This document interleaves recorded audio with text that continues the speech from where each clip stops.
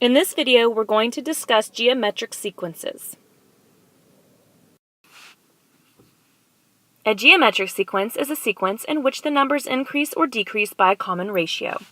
For example, the sequence 3, 6, 12, 24, and so on is geometric because you are multiplying by 2 each time to get from one term to the next.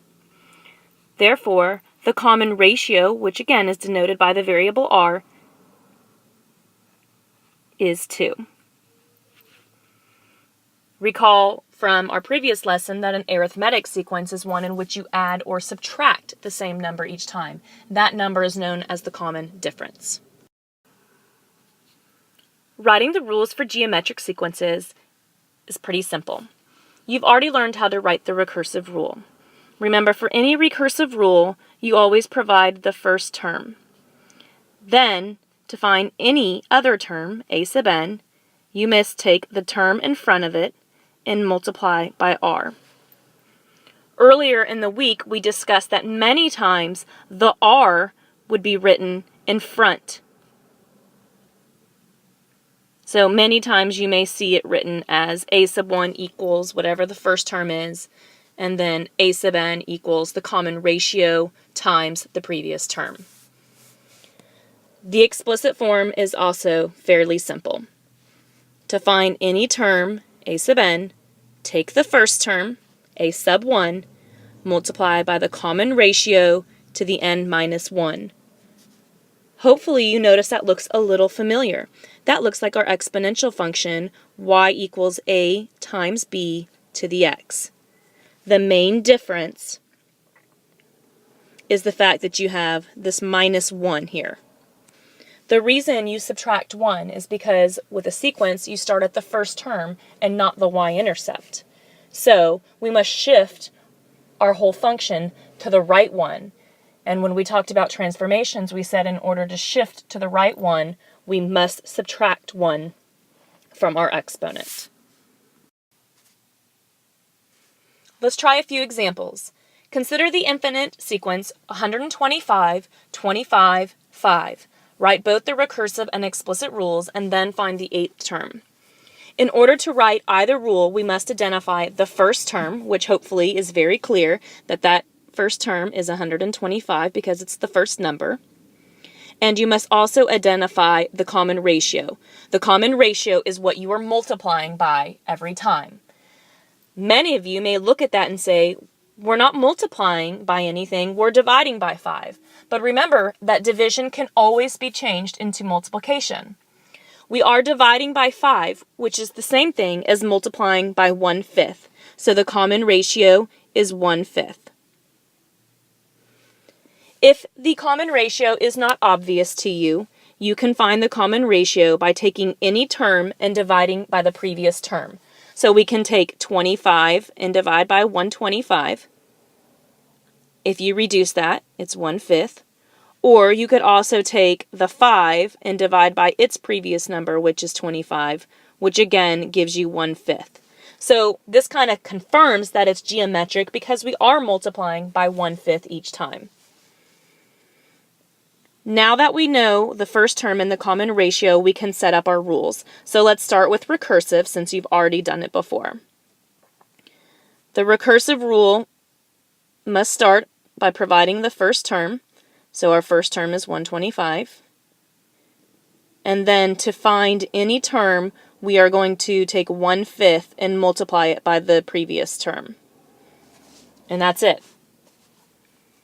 For the explicit rule, this is your new rule. Remember, it looks just like an exponential function. Right? Here's the actual rule. You're going to take the first term, multiply it by the common ratio to the n minus 1. So fill in the first term and the common ratio.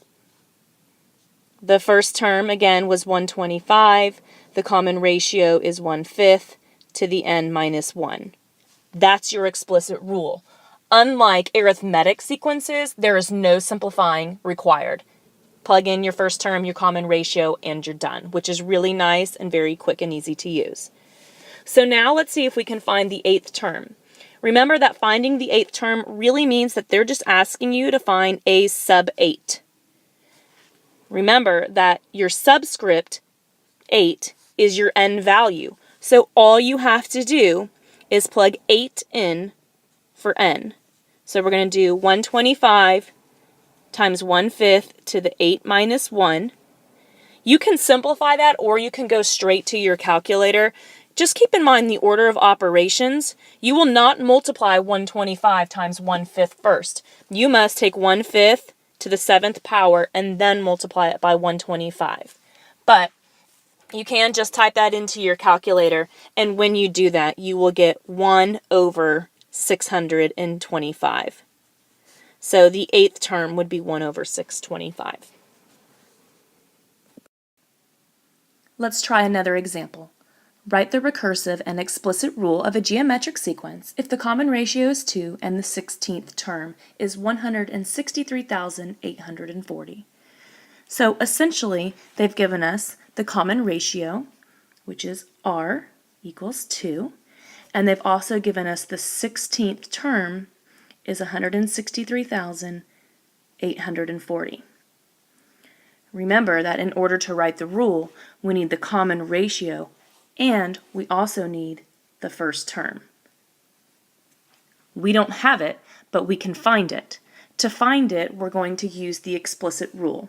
Remember that the explicit rule is a sub n equals our first term times the common ratio to the n minus 1. Let's plug in what we know. I can tell you what we don't know is a sub 1, so we're not going to put anything in for that. But we do know that the common ratio r is 2, and we were also told that the 16th term is 163,840. So our index of 16 is n. So 16 is n. And if 16 is n, then our a sub n is 163,840. And so now what we need to do is solve that.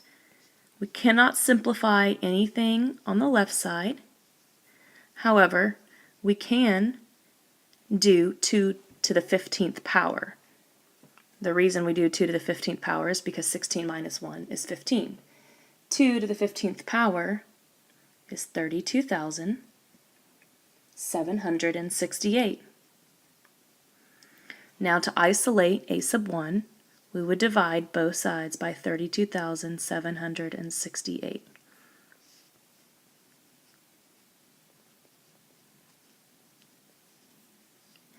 If you type that into the calculator, you will get that a sub 1, or our first term, is 5.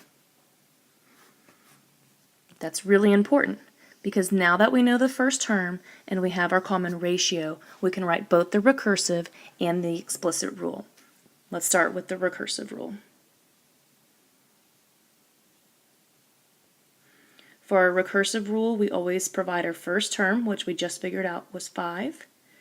And then we will say, to find any term, we're going to take 5 and multiply it by the previous term.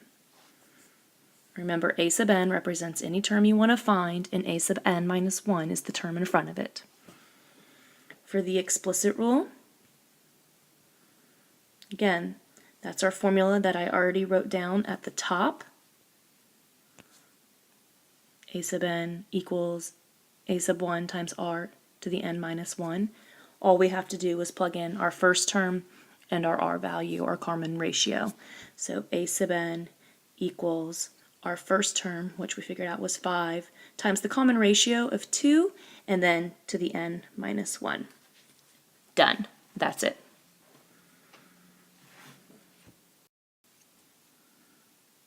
The last example is by far the most complicated.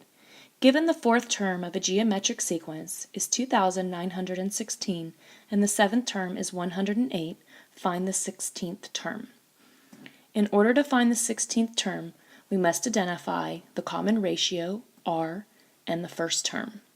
We're going to start by finding the common ratio, but let's identify what we know.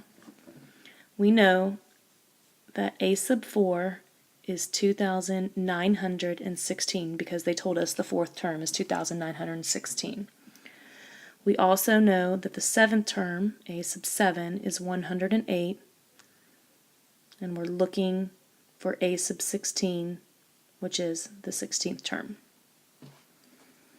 All right. What I want you guys to think about is how this sequence falls. All right. We know the fourth term is 2,916, and then there's a fifth term and a sixth term, and then finally a seventh term, and that seventh term is 108.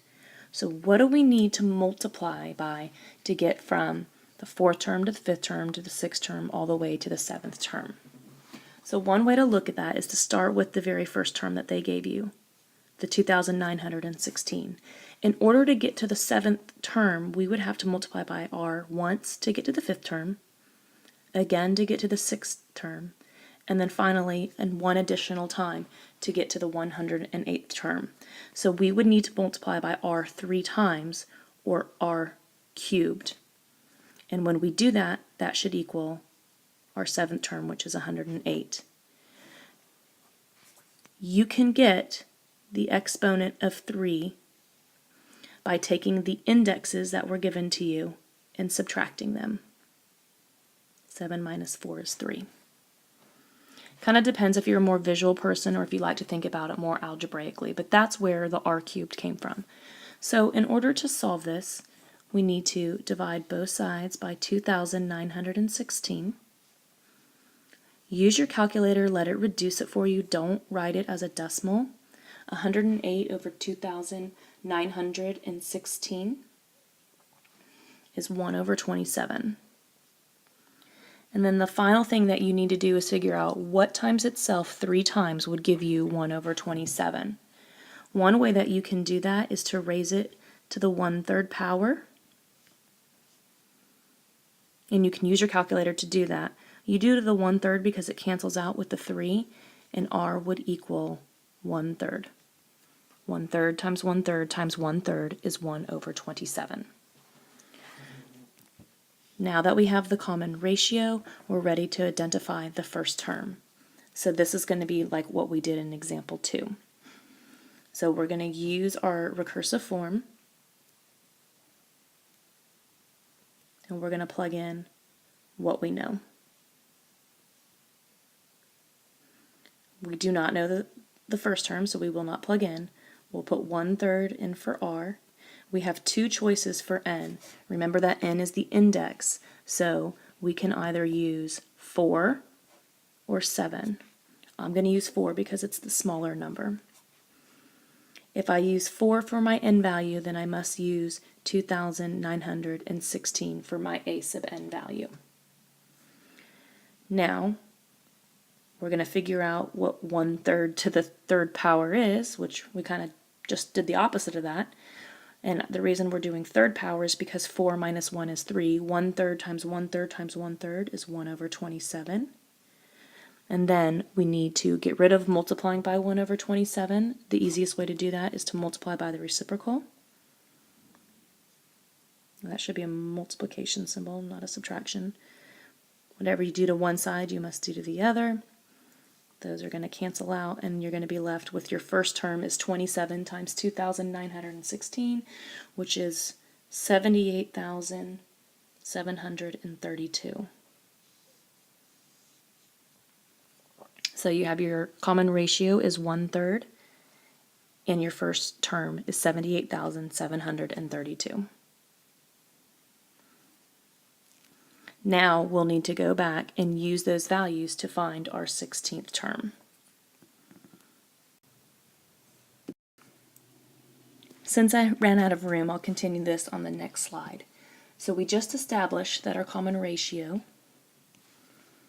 is 1/3, and our first term was 78,732. Now we can use our explicit rule. Again, a sub n equals our first term times the common ratio to the n minus 1. We're going to fill in what we know. First term is 78,732. Our common ratio is 1/3. And so if we want to find the 16th term, all we have to do is plug 16 in.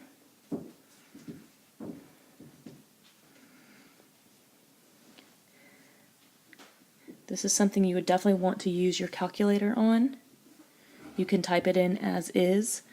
You're going to raise 1/3 to the 15th power first, and then multiply by 78,732, and you should get 4 over 729.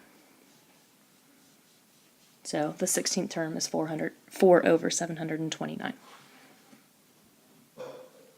And that is all.